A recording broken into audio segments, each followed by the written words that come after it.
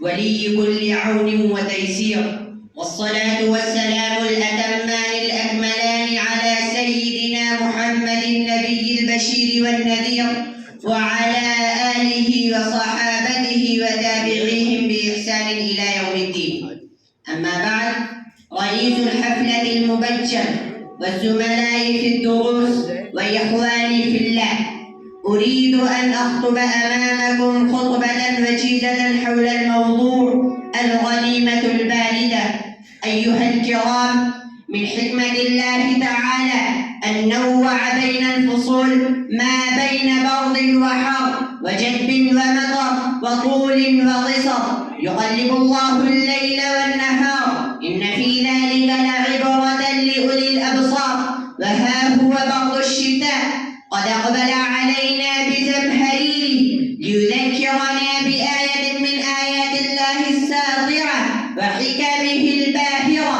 قال الشاعر: وفي كل شيء له آية، وفي كل شيء له آية تدل على أنه واحد. ومن حكم برد الشتاء أن فيه مصالح للعباد. يقول ابن القيم: ففي الشتاء تغور الحرارة في بطون الأرض والجبال، فتتولد الثمار وتكسف الهواء، فيحصل السحاب والمطر والثلج والبرد الذي به حياة الأرض وأهلها. وجاء برد الشتاء ليذكرنا بنعم الله علينا من البيوت والثياب الساترة. قال الله تعالى: والأنعام خلقها لكم فيها دفء ومنافع للناس، والأنعام خلقها لكم فيها دفء ومنافع لعلكم تذكرون. قال البغوي: لكم فيها دفء يعني من أوبارها وأشعارها وأصوافها ملابس ولحفا تستدفئون بها. وينزع المسلم نفسه من فراشه إلى صلاة الفجر مع شدة البرد وغلبة النوم، لأنه يخاف زمهرير جهنم. قال الله تعالى: تتجافى جنوبهم عن المضاجع يدعون ربهم خوفا وطمعا ومما رزقناهم ينفقون، فلا تعلم نفس ما أخفي لهم من قرة أعين جزاء بما كانوا يعملون. والشتاء ربيع المؤمن، طال ليله فقام وقصر نهاره فصام.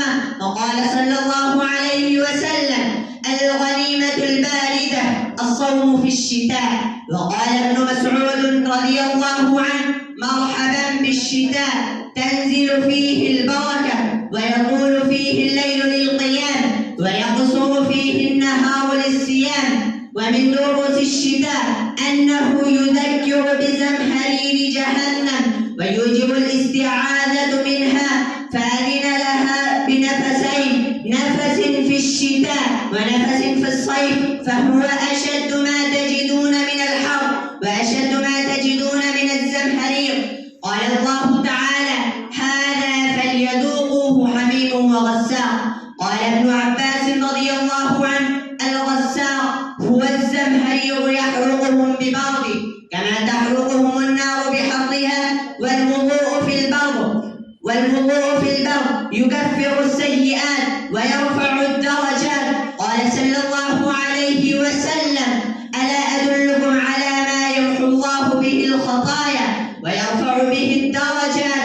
قالوا: بلى يا رسول الله. قال: إسباغ الوضوء على المكاره. أكتفي بهذه الكلمات المختصرة، والسلام عليكم ورحمة الله.